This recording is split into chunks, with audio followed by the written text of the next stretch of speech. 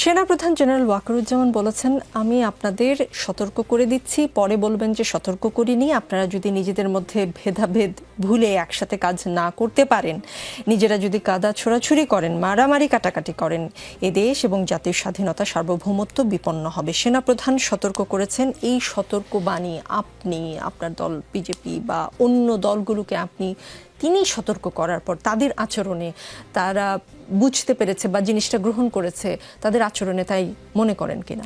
দেখুন, এটা আসলে কার কার আচরণ ওনাদের ব্যাপার। আমি এই সেনাপ্রধানের এই কথাটাকে খুব পজিটিভলি দেখি, বিকজ আমাদের কোনোভাবেই ভুলে যাওয়া উচিত না যে 17 বছর আওয়ামী লীগ কী করেছে এবং কত রক্তের বিনিময়, কত কষ্টের বিনিময়, কত গণতন্ত্র হত্যার বিনিময়, কত কিছুর বিনিময় আপনারা এখানে বসে, আপনি যে টিভি চ্যানেলটা চালাচ্ছেন এটাও থাকতো না যদি টেলিভিশন, যদি ওই ওই ওই এই 5ই অগস্ট না ঘটনা করতো। আমি তো এখানে থাকতামই না, হয়তো দেখা যেত জেলে থাকতাম।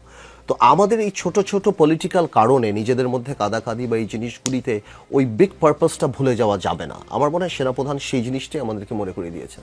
যেহেতু উনি রাজনীতি করেন না, উনি তো বাইরে থেকে অ্যাজ আ স্পেকটেটর উনি দেখছেন যে পলিটিক্যাল পার্টিগুলি কী করছে, কীভাবে কথা বলছে, ওই মিউচুয়াল রেসপেক্টের জায়গা চলে যাচ্ছে, যেই জিনিসটা হওয়ার সেটাই হচ্ছে। তা আমি মনে করি যে ওইটা ভুলে গেলে হবে না যে আমরা কত কষ্ট করে এই জায়গায় আসছি। সো ওই জিনিসটা মাথায় রাখতে হবে। আমরা যাই করি না করি, যতই দাবি করি, ওই লাইনটা আমাদের ক্রস করা যাবে না। বিকজ আমরা সবাই যুদ্ধ করেছি এইখানে, আমরা সবাই যুদ্ধ করেছি, যে যার মতো যুদ্ধ করেছে।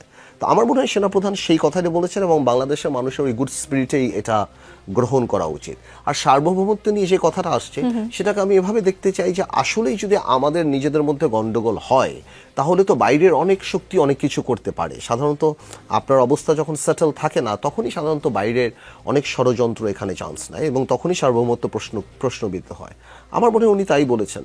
তো অন্য রাজনৈতিক দলের এক এক ধরনের রিয়াকশন থাকতে পারে, বাট আমি আমার জায়গা থেকে এটা প্রচণ্ড পজিটিভভাবে দেখি। বিকজ এই সরকার, গত স্বৈরাচারী সরকারকে সরিয়ে দেওয়ার ইসে তো আর্মির একটা বিরাট ভূমিকা ছিল, স্পেশালি এই সেনাপ্রধানের একটা ভূমিকা ছিল। তো সুতরাং আল্লাহ না করুক যদি ওই পারপাস, কাঙ্ক্ষিত লক্ষ্যে আমরা না যেতে পারি, তো এটা আমাদেরও যেমন দায় দায়িত্ব, এটা সেনাবাহিনীরও তেমন দায় দায়িত্ব। আমি মনে করি ওই জায়গা থেকে উনি এটা বলতেই পারেন। জি।